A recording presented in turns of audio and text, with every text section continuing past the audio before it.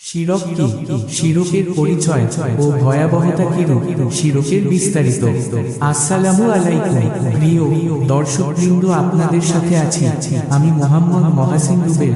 আজকে আমরা ইসলামের একটি গুরুত্বপূর্ণ বিষয় শিরক কি, শিরকের পরিচয় ও ভয়াবহতা সম্পর্কে কুরআন ও হাদিস থেকে আলোচনা করব ও জানব। শিরক দু প্রকার, বড় শিরক ও ছোট শিরক। বড় শিরক তাওহীদের সম্পূর্ণ পরিপন্থী, মানুষকে এটি ইসলাম থেকে বের করে দেয়। বড় শিরকের অনেক প্রকার রয়েছে। কতিপয় বড় শিরকের আলোচনা ইতিপূর্বে অতিক্রান্ত হয়েছে। কবর ও সমাধির আশপাশে বড় শিরকের চর্চা করা হয়ে থাকে।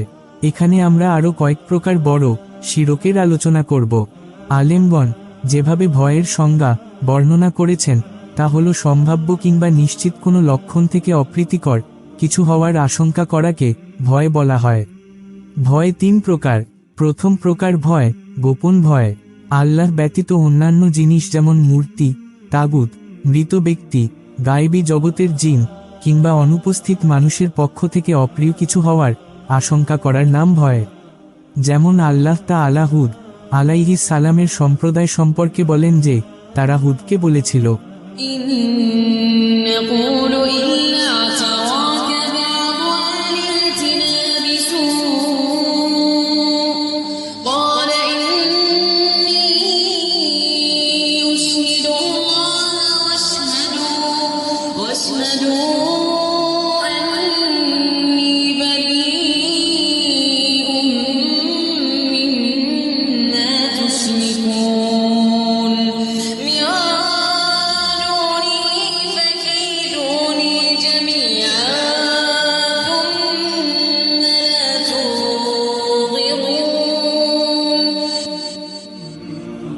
আমরা তো মনে করি তোমার উপর আমাদের কোনো দেবতার অভিশাপ পড়েছে।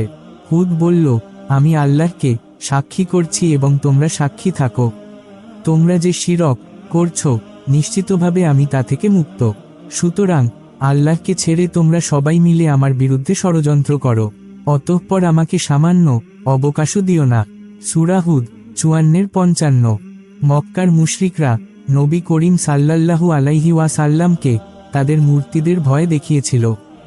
যেমন আল্লাহ তাআলা বলেন,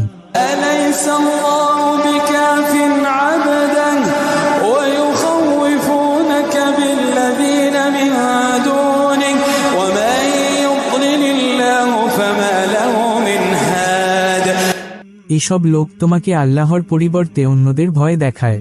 সূরা আজ জুমার 36। বর্তমান সময়ের কবর পূজারী এবং মূর্তি পূজকরা আল্লাহকে বাদ দিয়ে অন্যদেরকে এ ধরনের ভয় করে থাকে। তারা কবরকে ভয় করে। তাওহীদপন্থী যেসব লোক কবর পূজার প্রতিবাদ করে এবং ইখলাসের সাথে একমাত্র আল্লাহ তাআলার ইবাদত করার আদেশ দেয় তাদেরকেও কবর পূজারীরা কবর ও কবরে দাফনকৃত আউলিয়াদের ভয় দেখায়। এই শ্রেণীর ভয় তথা গোপন ভয় গুরুত্বপূর্ণ একটি ইবাদত। এই শ্রেণীর ভয় একমাত্র আল্লাহকেই করা আবশ্যক। আল্লাহ তাআলা বলেন, إنما ذلكم الشيطان يخوف أولياءه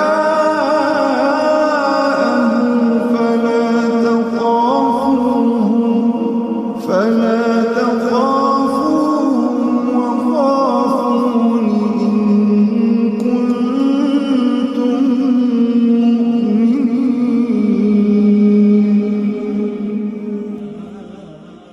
এ হলো শয়তান, সে তোমাদেরকে তার বন্ধুদের দ্বারা ভয় দেখায়।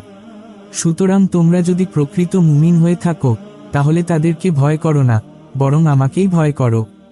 সূরা আলী ইমরান 175। আল্লাহ তাআলা আরো বলেন, حرمت عليكم الميتة والدم ولحم الخنزير وما أهل لغير الله به والمنخنقة والموقوذة والمتردية والنطيحة وما أكل السبع إلا ما ذكيتم وما ذبح على النصب وأن تستقسموا بالأزلام ذلكم فسق اليوم يئس الذين كفروا من دينكم فلا تخشوهم واخشون اليوم أكملت لكم دينكم وأتممت عليكم نعمتي ورضيت لكم الإسلام دينا فمن اضطر في مخمصة غير متجانف لإثم فإن الله غفور رحيم। কাজেই তোমরা তাদেরকে ভয় করো না, বরং আমাকে ভয় করো। সূরা আল মাইদা ৩। এই ভয় দিনের সর্বোচ্চ ও সর্বোত্তম স্তরের অন্তর্ভুক্ত। সুতরাং যে ব্যক্তি আল্লাহ ছাড়া অন্যকে এই শ্রেণীর ভয় করবে, আল্লাহর সাথে বড় শিরকে লিপ্ত হবে। আমরা এ থেকে আল্লাহ তাআলার আশ্রয় প্রার্থনা করছি। দ্বিতীয় প্রকার ভয়, ভয়ের আরেকটি প্রকার হলো মানুষের ভয়ে কিছু ওয়াজিব কাজ ছেড়ে দেয়া। এটি হারাম ও ছোট শিরক। আল্লাহ তাআলার নিম্নের বাণীতে এই শ্রেণীর ভয়ের উল্লেখ রয়েছে। আল্লাহ তাআলা বলেন, الذين قال لهم الناس إن الناس قد جمعوا لكم فاخشوهم فزادهم إيمانا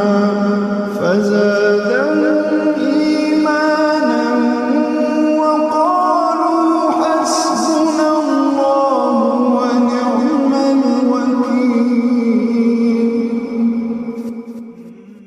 إنما ذلكم الشيطان يخوف أولياءه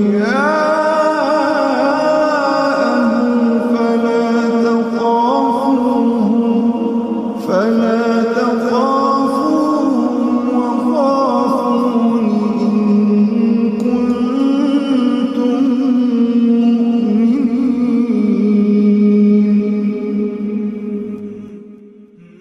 যাদেরকে লোকেরা বলেছে যে তোমাদের সাথে মোকাবেলা করার জন্য লোকেরা বহু সাজ সরঞ্জাম সমবেত করেছে, সুতরাং তাদের ভয় করো। তখন তাদের ঈমান আরও বৃদ্ধি পায় এবং তারা বলে, আমাদের জন্য আল্লাহই যথেষ্ট, তিনিই সর্বোত্তম কর্ম সম্পাদনকারী। অবশেষে তারা ফিরে এলো আল্লাহর নিয়ামত ও অনুগ্রহ সহকারে। তাদের কোনো রকম ক্ষতি হয়নি এবং আল্লাহর সন্তুষ্টির উপর চলার সৌভাগ্য তারা লাভ করল। আল্লাহ বড়ই অনুগ্রহকারী। এ হলো শয়তান, সে তোমাদেরকে তার বন্ধুদের দ্বারা ভয় দেখায়। সুতরাং তোমরা যদি প্রকৃত মুমিন হয়ে থাকো তাহলে তাদেরকে ভয় করো না, বরং আমাকেই ভয় করো। সূরা আলী ইমরান ১৭৩-১৭৫। ইবনে মাজাহ গ্রন্থে আবু সাঈদ খুদরি রাদিয়াল্লাহু আনহু থেকে বর্ণিত হাদিসে এ ভয়ের কথাই এসেছে। রাসূল সাল্লাল্লাহু আলাইহি ওয়াসাল্লাম বলেন, তোমাদের কেউ যেন নিজেকে লাঞ্ছিত না করে। সাহাবীগণ বললেন, ইয়া রাসূলাল্লাহ, কিভাবে আমাদের কেউ নিজেকে লাঞ্ছিত করতে পারে?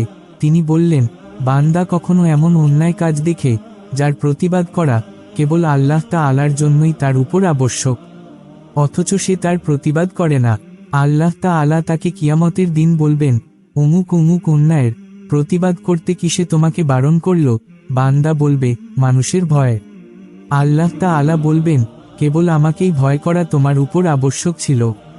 তৃতীয় প্রকার ভয়, আরেক প্রকার ভয় রয়েছে যা সৃষ্টিগত ও স্বভাবগত ভয়। শত্রুর ভয়, হিংস্র জীব জন্তুর ভয় এবং এ ধরনের অন্যান্য ভয়। এই জাতীয় ভয় দোষণীয় নয়, যেমন আল্লাহ তাআলা মুসা আলাইহিস সালামের ঘটনাতে বলেন, فخرج منها خائفا يترقب قال رب نجني من القوم الظالمين। এই খবর শুনতেই মুসা ভীত সন্ত্রস্ত হয়ে শহর থেকে বেরিয়ে পড়ল এবং সে বলল, হে আমার রব, আমাকে জালেমদের হাত থেকে বাঁচাও। সূরা আল কছাস ২১। উপরোক্ত ৩ প্রকার ভয়ের মধ্যে প্রথমটি তথা গোপন ভয় সর্ববৃহৎ একটি ইবাদত। সুতরাং ইখলাসের সাথে এই শ্রেণীর ভয় কেবল আল্লাহর জন্যই নির্দিষ্ট করা আবশ্যক। এমনি দ্বিতীয় প্রকার ভয় ইবাদতের অন্যতম হক এবং সেটার পরিপূরক। আল্লাহ তাআলার বাণী, إنما ذلكم الشيطان يخوف أولياءه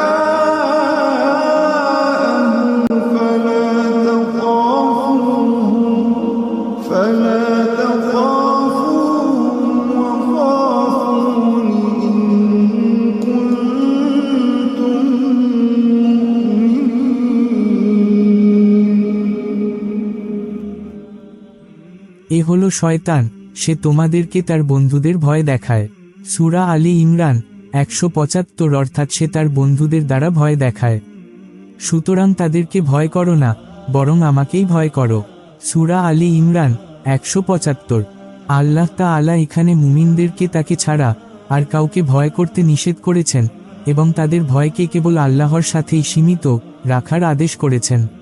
সুতরাং তারা যখন ইখলাসের সাথে আল্লাহকেই ভয় করবে এবং সকল প্রকার ইবাদত কেবল তার জন্যই সম্পন্ন করবে, তখন তিনি উদ্দেশ্য পূরণ করবেন এবং তাদেরকে ভয় ভীতি হতে নিরাপত্তা দান করবেন। যেমন আল্লাহ তাআলা বলেন, أليس الله بكاف عبدا ويخوفونك بالذين من دونه ومن يضلل الله فما له من هاد। আল্লাহ কি তার বান্দার জন্য যথেষ্ট নন? এসব লোক তোমাকে আল্লাহর পরিবর্তে অন্যদের ভয় দেখায়। সূরা আজ জুমার 36। ইমাম ইবনুল কাইয়িম রহিমাহুল্লাহ বলেন, আল্লাহর দুশমন ইবলিসের অন্যতম কৌশল হচ্ছে সে মুমিন বান্দাদেরকে তার সৈনিক ও বন্ধুদের দ্বারা ভয় দেখায়। এভাবে ভয় দেখায় তারা যেন তার দোসরদের বিরুদ্ধে জিহাদ না করে, তাদেরকে সুপথে আসার আদেশ না দেয় এবং অন্যায় কাজের প্রতিবাদ না করে। আল্লাহ তাআলা সংবাদ দিয়েছেন যে এটি হচ্ছে শয়তানের কলাকৌশল। সে মুমিনদেরকে তার বন্ধুদের দ্বারা ভয় দেখায়। আল্লাহ তাআলা আমাদেরকে তার বন্ধুদেরকে ভয় করতে নিষেধ করেছেন। সুতরাং যখন বান্দার ঈমান শক্তিশালী হবে, তখন তার অন্তর থেকে শয়তানের বন্ধুদের ভয় দূর হয়ে যাবে। অপরদিকে যখনই তার ঈমান দুর্বল হবে, তখনই শয়তানের বন্ধুদের ভয় তার অন্তরে বৃদ্ধি পাবে। আল্লাহ তাআলা বলেন, إنما يعمر مساجد الله من آمن بالله واليوم الآخر وأقام الصلاة وآتى الزكاة ولم يخش إلا الله فعسى أولئك أن يكونوا من المهتدين। তারাই হতে পারে আল্লাহর মসজিদ রক্ষণাবেক্ষণকারী ও সেবক, যারা আল্লাহর প্রতি ও পরকালে প্রতি ঈমান আনে, সালাত কায়েম করে, যাকাত দেয় এবং আল্লাহকে ছাড়া আর কাউকে ভয় করে না। তাদেরই ব্যাপারে আশা করা যেতে পারে যে তারা সঠিক সোজা পথে চলবে। সূরা তাওবা 18। উপরোক্ত আয়াতে আল্লাহ তাআলা সংবাদ দিয়েছেন যে আল্লাহর ঘর মসজিদসমূহ কেবল তারাই আবাদ করবে যারা অন্তর দিয়ে আল্লাহর প্রতি ও পরকালের প্রতি ঈমান আনয়নের সাথে সাথে অঙ্গ প্রত্যঙ্গ দিয়ে আমল করে এবং ইখলাসের সাথে একমাত্র আল্লাহ তাআলাকেই ভয় করে। মসজিদসমূহের তত্ত্বাবধানে মুশরিকদের অধিকার খর্ব করার পর আল্লাহ তাআলা সেটা মুমিনদের জন্য সাব্যস্ত করেছেন। কেননা মসজিদের তত্ত্বাবধান করার বিষয়টি এমন যে আল্লাহ তাআলার আনুগত্য করা ও সৎ কাজে আত্মনিয়োগ করা ব্যতীত তা সম্পন্ন হয় না। মুশরিকরা যদিও ভালো আমল করে, কিন্তু তাদের আমলগুলোর উপমা হল পানিহীন মরু প্রান্তরের মরীচিকার মতো। তৃষ্ণার্ত পথিক তাকে পানি মনে করেছিল, কিন্তু ওখানে পৌঁছে সে কিছুই পেল না। অথবা তাদের আমলগুলো ঠিক ছাইয়ের মতো, যা ঝড়ের দিনে বাতাস প্রচণ্ড বেগে উড়িয়ে নিয়ে যায়।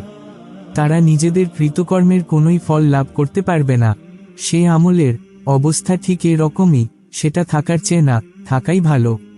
ইখলাসের উপর ভিত্তিশীল সৎ আমল ও তাওহীদ ব্যতীত এবং শিরক, বিদাত ও কুসংস্কার মুক্ত সহিহ আকীদা ব্যতীত মসজিদগুলোর সঠিক আবাদ হয় না।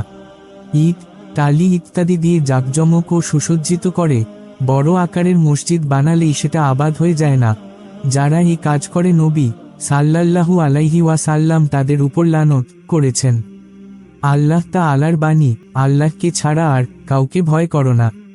সূরা তাওবা 18। ইবনে আতিয়া এই আয়াতের ব্যাখ্যায় বলেন, এখানে জিম, ইবাদত এবং আনুগত্যের ভয় উদ্দেশ্য। তবে মানুষ দুনিয়ার ক্ষয়ক্ষতির যেসব আশঙ্কা করে তাতে কোনো দোষ নেই। আমির মুয়াবিয়া আয়েশা রাদিয়াল্লাহু আনহার কাছে একটি বার্তা লিখে তাতে কিছু উপদেশ প্রার্থনা করলেন। আয়েশা রাদিয়াল্লাহু আনহাকে উদ্দেশ্য করে তিনি লিখলেন, তিনি যেন তার জন্য কিছু উপদেশ লিখে পাঠান এবং বেশি দীর্ঘ না করেন। সুতরাং তিনি এই চিঠি লিখলেন, মুয়াবিয়ার আমার এ পত্র, আপনার প্রতি সালাম। অতঃপর আমি রাসূল সাল্লাল্লাহু আলাইহি ওয়াসাল্লামকে বলতে শুনেছি, যে ব্যক্তি মানুষকে রাগান্বিত করে হলেও আল্লাহর সন্তুষ্টি তালাশ করে, তার জন্য মানুষের মোকাবেলায় আল্লাহই যথেষ্ট হয়ে যান। আর যে ব্যক্তি আল্লাহকে অসন্তুষ্ট করে মানুষের সন্তুষ্টি কামনা করে, আল্লাহ তাকে মানুষের কাছে সোপর্দ করে দেন। আপনার প্রতি সালাম আবু নুয়াইম হিলায়াতুল আউলিয়ায় এবং ইবনে হিব্বান তার সহিহ গ্রন্থে হাদিছটি বর্ণনা করেছেন। তবে ইবনে হিব্বান ও আবু নুয়াইমের শব্দগুলো এরকম: যে ব্যক্তি মানুষকে নারাজ করে আল্লাহর সন্তুষ্টি চায়, তার উপর আল্লাহ সন্তুষ্ট থাকেন আর মানুষকেও তার প্রতি সন্তুষ্ট করে দেন। পক্ষান্তরে যে ব্যক্তি আল্লাহকে নারাজ করে মানুষের সন্তুষ্টি চায়, তার উপর আল্লাহও অসন্তুষ্ট হন এবং মানুষকেও তার প্রতি অসন্তুষ্ট করে দেন। শাইখুল ইসলাম ইমাম ইবনে তাইমিয়া রহিমাহুল্লাহ বলেন, আয়েশা রাদিয়াল্লাহু আনহা মুয়াবিয়ার নিকট যে চিঠি লিখে পাঠিয়েছিলেন তা মারফু হিসাবে বর্ণিত হয়েছে। মারফু বর্ণনার শব্দগুলো ঠিক এরকম: যে ব্যক্তি মানুষকে অসন্তুষ্ট করে আল্লাহকে সন্তুষ্ট করে, তার জন্য মানুষের মোকাবেলায় আল্লাহই যথেষ্ট হয়ে যান। আর যে ব্যক্তি আল্লাহকে অসন্তুষ্ট করে মানুষকে সন্তুষ্ট করে, মানুষেরা আল্লাহর মোকাবেলায় তার কোনো উপকারে আসবে না। আর মাউকুফ বর্ণনার শব্দগুলো হচ্ছে এরকম: যে ব্যক্তি মানুষকে অসন্তুষ্ট করে আল্লাহর সন্তুষ্টি চায়, তার উপর আল্লাহ সন্তুষ্ট থাকেন আর মানুষকেও তার প্রতি সন্তুষ্ট করেন। পক্ষান্তরে যে ব্যক্তি আল্লাহকে অসন্তুষ্ট করে মানুষের সন্তুষ্টি চায়, মানুষের মধ্য হতে তার প্রশংসাকারীরাই নিন্দুকে পরিণত হয়। এটি দ্বীনের অত্যন্ত গুরুত্বপূর্ণ বিষয়। যে ব্যক্তি মানুষকে অসন্তুষ্ট করে হলেও আল্লাহকে সন্তুষ্ট করবে, সে মুত্তাকি এবং আল্লাহর সৎ বান্দা হতে পারবে। আর আল্লাহ সৎ কর্মশীলদেরকে বন্ধুরূপে গ্রহণ করেন। বান্দার জন্য আল্লাহ তাআলাই যথেষ্ট। আল্লাহ তাআলা বলেন, ومن يتق الله يجعل له مخرجا ويرزقه من حيث لا يحتسب ومن يتوكل على الله فهو حسبه إن الله بالغ أمره قد جعل الله لكل شيء قدرا। আর যে আল্লাহকে ভয় করে, আল্লাহ তার জন্যে নিষ্কৃতির পথ করে দেন এবং তাকে তার ধারণাতীত জায়গা থেকে রিজিক প্রদান করেন। সূরা তালাক 2:3। সুতরাং আল্লাহ তাআলা তার উপর থেকে মানুষের কষ্ট দূর করবেন, এতে কোনো সন্দেহ নেই। আর যারা আল্লাহকে নারাজ করে মানুষের সন্তুষ্টি অর্জন করতে যায়, তাদের মনে রাখা উচিত যে সমস্ত মানুষ তার উপর সন্তুষ্ট নাও হতে পারে, তবে তারা যখন তার পক্ষ হতে সকল প্রকার সুযোগ সুবিধা ভোগ করতে পারবে, কোনো প্রকার অসুবিধা অনুভব করবে না এবং নিশ্চিতভাবে তার পক্ষ থেকে শুভ পরিণাম আশা করবে, তখন কেবল তারা সন্তুষ্ট থাকবে। এর ব্যতিক্রম ঘটলেই তারা অসন্তুষ্ট হবে ও বিদ্রোহ করবে। নবী সাল্লাল্লাহু আলাইহি ওয়াসাল্লামের বাণী: যে ব্যক্তি মানুষকে অসন্তুষ্ট করে আল্লাহকে সন্তুষ্ট করে, তার জন্য মানুষের মোকাবেলায় আল্লাহই যথেষ্ট হয়ে যান। আর যে ব্যক্তি আল্লাহকে অসন্তুষ্ট করে মানুষকে সন্তুষ্ট করে, মানুষেরা আল্লাহর মোকাবেলায় তার কোনো উপকারে আসবে না। কিয়ামতের দিন জালেমরা রাগে গোস্বায় তাদের হস্তদ্বয় কামড়াতে থাকবে। তারা বলবে, হায় আফসোস, আমরা যদি রসুলের সাথে সৎ পথ অবলম্বন করতাম, হায় আফসোস, আমরা যদি উমুককে বন্ধু না বানাতাম। যে ব্যক্তি আল্লাহকে নারাজ করে মানুষের সন্তুষ্টি চায়, মানুষের মধ্য হতে তার প্রশংসাকারীরাই তার নিন্দুকে পরিণত হয়।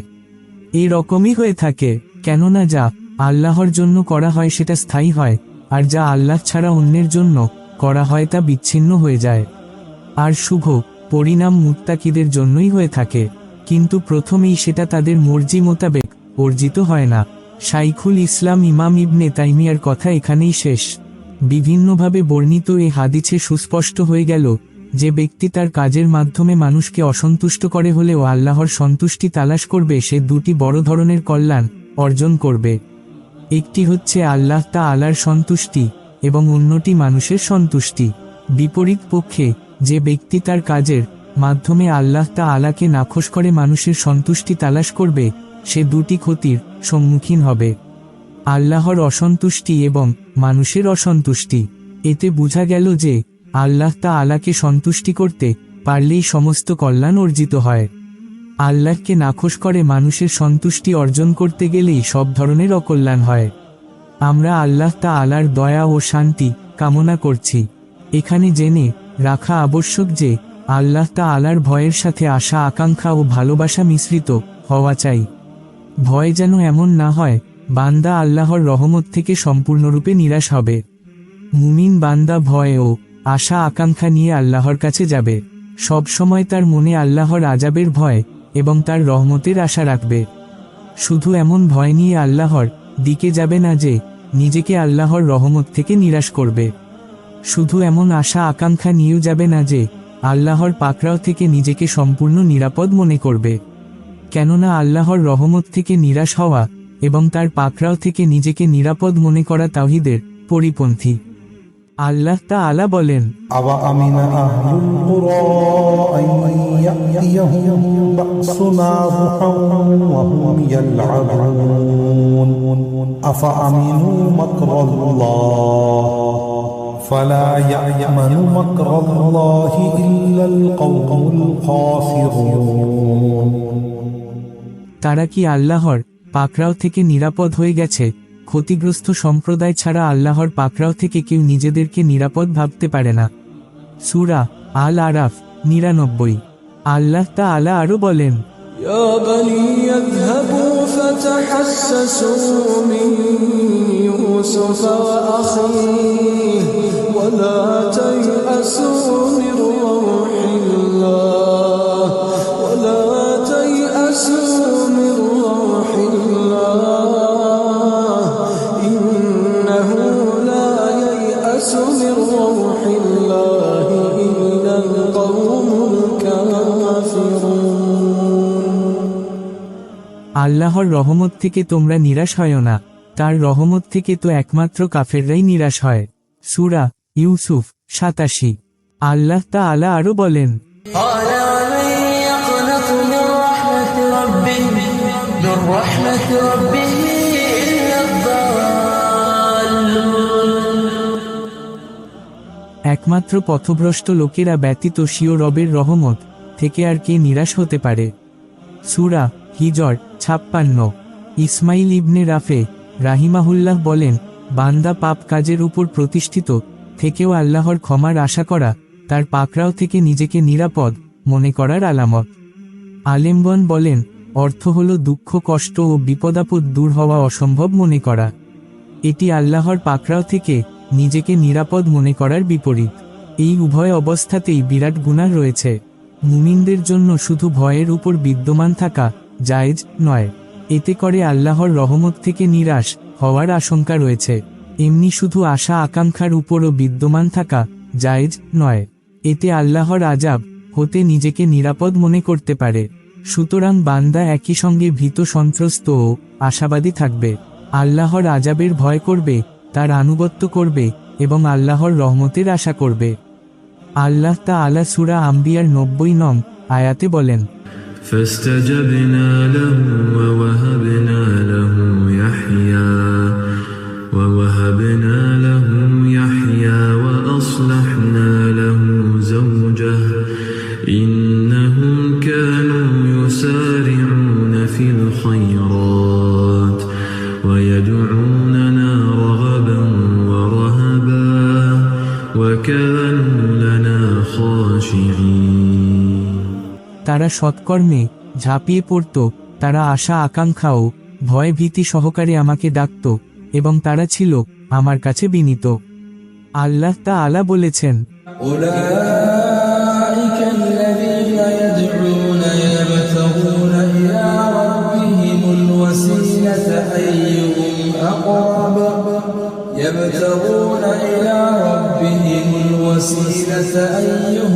أقرب ويرجون رحمته ويخافون عذابه إن عذاب ربك كان محذورا। এই সব লোকেরা যাদেরকে ডাকে তারা নিজেরাই তাদের রবের নৈকট্য লাভের আশায় উশিলার অনুসন্ধান করে। তাদের মধ্য হতে কে সবচেয়ে বেশি নিকটবর্তী? তারা তার রহমতের আশা করে এবং তার শাস্তিকে ভয় করে। নিশ্চয় তোমার পালনকর্তা শাস্তি ভয়াবহ। সূরা ইসরা 57 সুতরাং ভয় ভীতি ও আশা আকাঙ্ক্ষা যখন একত্রিত হবে তখন ভয় মিশ্রিত আশা বান্দাকে আমলের দিকে ধাবিত করে এবং উপকারী মাধ্যম গ্রহণ করার প্রতি উৎসাহ যোগায়। কেননা বান্দা আল্লাহর রহমত ও ছাওয়াবের আশা নিয়ে সৎ কাজ সম্পন্ন করে এবং আল্লাহর আযাবের ভয়ের কারণেই বান্দা পাপাচার ও নাফরমানি ছেড়ে দেয়। কিন্তু বান্দা যখন আল্লাহর রহমত থেকে নিরাশ হবে তখন সৎ আমল ছেড়ে দিবে, আর যখন আল্লাহর আযাব ও শাস্তি থেকে নিজেকে নিরাপদ মনে করবে তখন পাপাচারের দিকে ধাবিত হবে। কোনো আলেম বলেন, যে ব্যক্তি শুধু ভালোবাসা নিয়ে আল্লাহর ইবাদত করবে সে সুফি বলে গণ্য হবে। যে ব্যক্তি শুধু ভয় নিয়ে আল্লাহর ইবাদত করবে সে খারেজি। যে শুধু আশা আকাঙ্ক্ষা নিয়ে আল্লাহর ইবাদত করবে সে মুরজিয়া। আর যে ভালোবাসা, ভয় ভীতি এবং আশা আকাঙ্ক্ষা নিয়ে আল্লাহর ইবাদত করবে সেই প্রকৃত মুমিন। আল্লাহ তাআলা তার সর্বোত্তম বান্দাকে উপরোক্ত বিশেষণে বিশেষিত করেছেন। সব লোক যাদেরকে ডাকে তারা নিজেরাই তাদের রবের নৈকট্য লাভের আশায় উশিলার অনুসন্ধান করে, তাদের মধ্য হতে কে সবচেয়ে বেশি নিকটবর্তী, তারা তার রহমতের আশা করে এবং তার শাস্তিকে ভয় করে। সূরা ইসরা 57 যারা ভয়ের দিকটির প্রতি অবহেলা করে, পাপাচারের দিকে ধাবিত হয় এবং আল্লাহর শাস্তি থেকে নিজেদেরকে নিরাপদ মনে করে, তাদেরকে আল্লাহ তাআলা এভাবে বিশেষিত করেছেন যে তারাই ক্ষতিগ্রস্ত।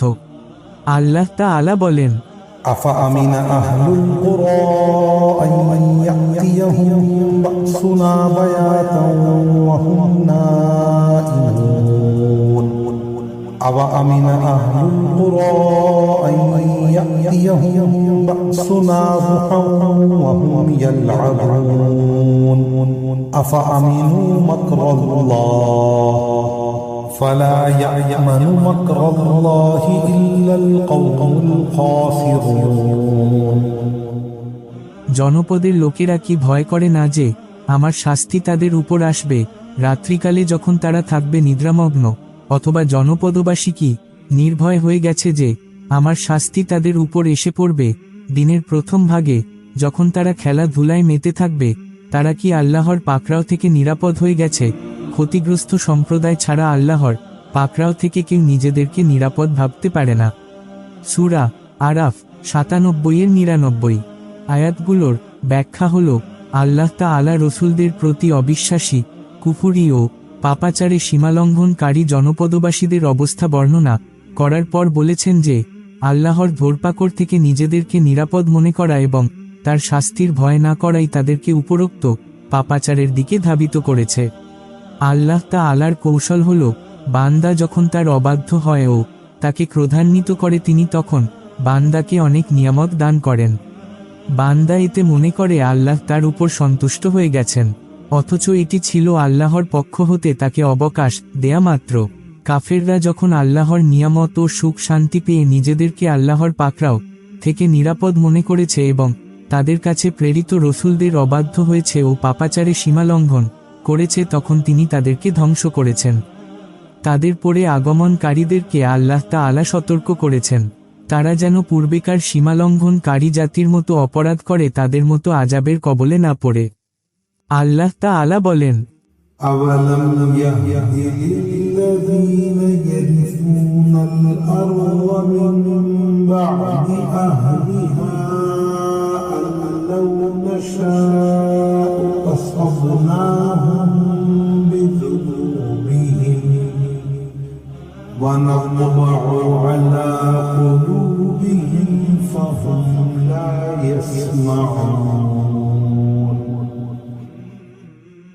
পৃথিবীর কোনো অংশের অধিবাসীদের ধ্বংসের পর যারা তার উত্তরাধিকারী হয়েছে তাদের নিকট এটা কি প্রতীয়মান হয়নি যে আমি চাইলে তাদের অপরাধের কারণে তাদেরকে পাকড়াও করতে পারি এবং আমি তাদের অন্তরে মোহর মেরে দিতে পারি, ফলে তারা কিছুই শুনবে না।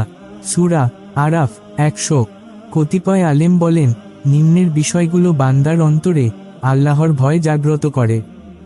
1. অপরাধ ও সেটার কদর্যতা সম্পর্কে জানা। 2.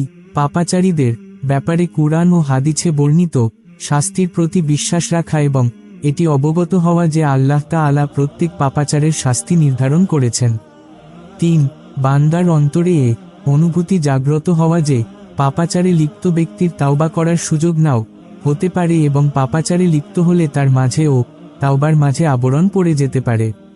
পাপাচারে লিপ্ত হওয়ার পূর্বে এই তিনটি বিষয় বান্দার অন্তরে ভয় ঢুকায়, আর পাপাচারে লিপ্ত হওয়ার পর এই তিনটি বিষয় বান্দার অন্তরে আরও প্রবলভাবে ভয়ের সঞ্চার করে। নবী রসুলদের অবস্থা এমন ছিল যে তারা কখনো আল্লাহর উপর আশা ভরসা বর্জন করতেন না এবং কোনো অবস্থাতেই তারা তার রহমত ও অনুগ্রহ থেকে নিরাশ হতেন না। বিপদাপদ যতই প্রকট আকার ধারণ করত এবং উপায় উপকরণ যতই দুর্বল হতো, কোনো অবস্থাতেই আল্লাহর প্রতি আশা আকাঙ্ক্ষা ছেড়ে দিতেন না। ইব্রাহিম আলাইহিস সালাম বৃদ্ধ বয়সে উপনীত হওয়া এবং তার স্ত্রী সন্তান প্রসবের বয়স পার হয়ে যাওয়ার পর তাকে যখন ফেরেশতারা সন্তানের সুখবর দিল, তখন তিনি বলেছিলেন,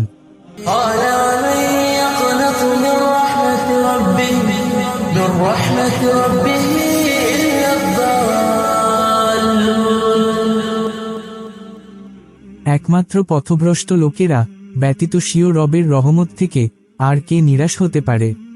সূরা হিজর 56। কেননা তিনি আল্লাহ তাআলার কুদরত ও রহমত সম্পর্কে অবগত ছিলেন, যা বৃদ্ধ বয়সে সন্তান দেয়ার চেয়ে অধিক পূর্ণাঙ্গ। তবে ফেরেশতাদেরকে বলেছিলেন, قالوا لا توجل إنا نبشرك بغلام عليم قال أبشرتموني على أن مسني الكبر فبم تبشرون। তোমরা কি বৃদ্ধ অবস্থায় আমাকে সন্তানের সুসংবাদ দিচ্ছ? অতএব আমাকে তোমরা কিসের সুসংবাদ দিচ্ছ? সূরা হিজর 54। বিস্ময় প্রকাশ করতে গিয়ে এবং আল্লাহ তাআলার ক্ষমতা ও রহমতের বিশালতায় চিন্তামগ্ন হয়েই তিনি একথা বলেছিলেন। আল্লাহর নবী ইয়াকুব আলাইহিস সালাম যখন দুঃখ কষ্টে আক্রান্ত হলেন এবং পুত্রের বিচ্ছেদে যখন তার অবস্থা সংকটময় হল, তখনও তিনি আল্লাহর প্রতি বড় আশা পোষণ করতেন এবং রহমত পাওয়ার কামনা করতেন। তিনি তার নিকট পুত্রদেরকে এনে বললেন, হে আমার ছেলেরা, তোমরা যাও এবং ইউসুফ ও তার ভাইয়ের ব্যাপারে অনুসন্ধান চালাও। আল্লাহর রহমত থেকে তোমরা নিরাশ হয় না, তার রহমত থেকে তো একমাত্র কাফেররাই নিরাশ হয়। সূরা ইউসুফ 87। আল্লাহ তাআলা আরো বলেন,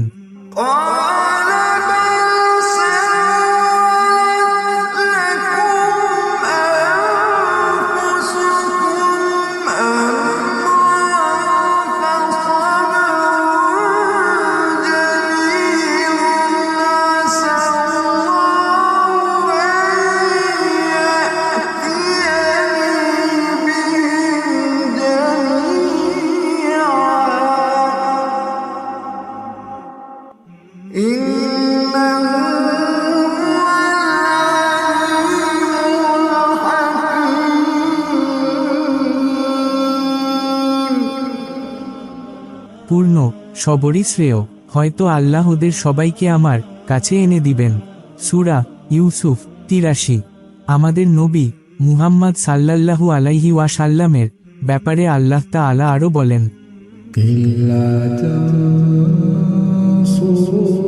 فقد نصره الله إذ أخرجه الذين كفروا ثاني اثنين إذ هما في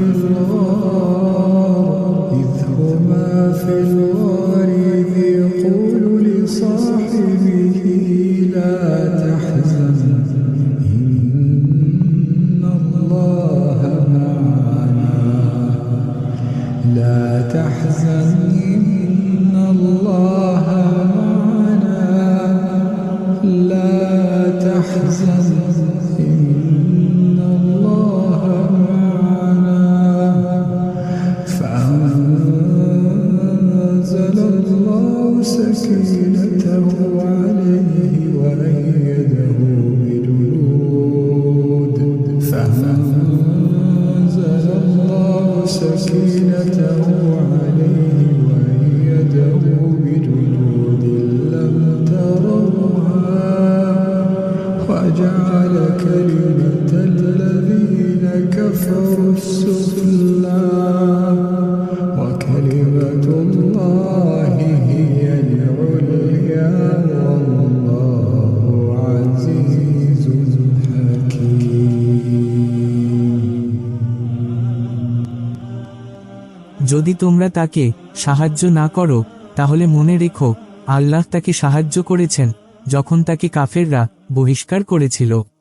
তিনি ছিলেন দুজনের একজন যখন তারা গুহার মধ্যে ছিলেন। তখন তিনি আপন সঙ্গীকে বললেন, বিষণ্ণ হয় না, আল্লাহ আমাদের সাথে আছেন। সূরা তাওবা 40। সুতরাং কঠিন বিপদের সময় তিনি আল্লাহর কাছেই আশা পোষণ করেছেন। তিনি বলেছেন, জেনে রেখো সংকীর্ণতার পরেই প্রশস্ততা। আল্লাহ তাআলার যেসব বান্দা অনেক গুনাহ করেছে এবং যারা ভয়াবহ অপরাধ করেছে, তিনি তাদেরকে নিষেধ করেছেন যে তাদের গুনাহ ও অপরাধসমূহ যেন তাদেরকে আল্লাহর রহমত থেকে নিরাশ না করে এবং তাওবা পরিত্যাগ করার প্ররোচনা না দেয়। আল্লাহ তাআলা বলেন, হে নবী, বলে দাও, হে আমার বান্দারা, যারা নিজেদের উপর জুলুম করেছ, আল্লাহর রহমত থেকে নিরাশ হয় না। নিশ্চয় আল্লাহ সমস্ত গুনাহ মাফ করে দেন, তিনি ক্ষমাশীল ও দয়ালু। তোমরা ফিরে এসো তোমাদের রবের দিকে এবং তার অনুগত হয়ে যাও তোমাদের উপর আযাব আসার পূর্বেই। অতঃপর তা এসে গেলে তোমরা সাহায্যপ্রাপ্ত হবে না। সূরা আদ-জুমার 53-54। সুতরাং আল্লাহ তাআলা তার বান্দাদেরকে নিষেধ করেছেন তার গুনাহর বোঝা তাদেরকে যেন তাওবা পরিত্যাগ না করাই এবং আল্লাহর ক্ষমা প্রাপ্তির আশা থেকে নিরাশ না করে। আল্লাহর রহমত থেকে নিরাশ হওয়াকে নবী সাল্লাল্লাহু আলাইহি ওয়াসাল্লাম কবিরা গুনার মধ্যে গণনা করেছেন। ইবনে আব্বাস রাদিয়াল্লাহু আনহু থেকে বর্ণিত হয়েছে, রাসূল সাল্লাল্লাহু আলাইহি ওয়াসাল্লামকে কবিরা গুনাহ সম্পর্কে জিজ্ঞাসা করা হলে তিনি বলেছেন, কবিরা গুনাহ হচ্ছে আল্লাহর সাথে কাউকে শরীক করা, আল্লাহর রহমত থেকে নিরাশ হওয়া এবং আল্লাহর দয়া থেকে নিজেকে দূরে মনে করা এবং তার পাকড়াও থেকে নিজেকে নিরাপদ মনে করা। আব্দুল্লাহ ইবনে মাসুদ রাদিয়াল্লাহু আনহু বলেছেন, সবচেয়ে বড় কবিরা গুনাহ হচ্ছে আল্লাহর শাস্তি হতে নিরাপদ মনে করা, আল্লাহর রহমত হতে নিরাশ হওয়া এবং আল্লাহর করুণা থেকে নিজেকে বঞ্চিত মনে করা। কেননা আল্লাহর রহমত হতে নিরাশ হওয়া তার সম্পর্কে মন্দ ধারণা পোষণ করা এবং তার রহমতের প্রশস্ততাও তার ক্ষমার বিশালতা সম্পর্কে অজ্ঞতার অন্তর্ভুক্ত। আর আল্লাহর পাকড়াও থেকে নিজেকে নিরাপদ মনে করা আল্লাহর ক্ষমতা সম্পর্কে বান্দার অজ্ঞতার প্রমাণ। সেই সঙ্গে তার নফসের উপর নির্ভর করা অহংকারের মধ্যে শামিল। উপরোক্ত আয়াত ও হাদিসগুলোর মাধ্যমে সতর্ক করা হয়েছে যে বান্দা সবসময় ভয় ও আশার মধ্যে থাকবে। সে যখন আল্লাহকে ভয় করবে তখন তার ভয় যেন তাকে আল্লাহর রহমত থেকে নিরাশ না করে এবং সে যেন হতাশাগ্রস্ত না হয়, বরং ভয় করার সাথে সাথে আল্লাহর রহমত কামনা করবে।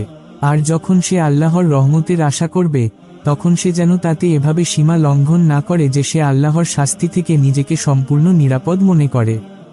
কোনো পূর্বপুরুষ সুস্থ ও সুখে থাকা অবস্থায় বান্দার মধ্যে ভয়ের দিকটা বেশি থাকা পছন্দ করতেন, আর অসুস্থ অবস্থায় এবং মৃত্যুর সময় ঘনিয়ে আসলে আল্লাহর ক্ষমা ও রহমতের আশা আকাঙ্ক্ষার দিকটাকে প্রাধান্য দেয়া মুস্তাহাব মনে করতেন। সুতরাং অন্তরের মধ্যে ভয়, ভীতি ও আশা আকাঙ্ক্ষার ভারসাম্য বজায় থাকা মানুষকে আমলের প্রতি উৎসাহিত করে, পাপাচার থেকে দূরে রাখে এবং তাওবার দিকে ধাবিত করে। আর যখন অন্তরের মধ্যে উপরোক্ত দুটি বিষয়ের মধ্যকার ভারসাম্য নষ্ট হয়ে যায় তখন অন্তর একদিকে ঝুঁকে পড়ে, আর এটি আমলের প্রতি অন্তরের আগ্রহকে অকেজো করে দেয়, তাওবার পথে প্রতিবন্ধকতা সৃষ্টি করে এবং বান্দাকে ধ্বংসের দিকে ঠেলে দেয়। অতএব খালেস তাওহীদ বিশ্বাস ও শিরক থেকে বেঁচে থাকা ব্যতীত জান্নাত হাসিল করা সম্ভব নয়। সে কারণে আমাদেরকে আকীদার ক্ষেত্রে শিরক মুক্ত তাওহীদ পন্থী এবং আমলের ক্ষেত্রে বিদআত মুক্ত সুন্নাত পন্থী হতে হবে। আল্লাহ আমাদের শিরক থেকে বেঁচে থাকার তৌফিক দান করুন, আমিন। ভিডিওটি ভালো লাগলে একটি লাইক করবেন। এরকম নিত্য নতুন ভিডিও পেতে চ্যানেলটি সাবস্ক্রাইব করে ক্রাইম নিউজ অনলাইন সাথেই থাকুন।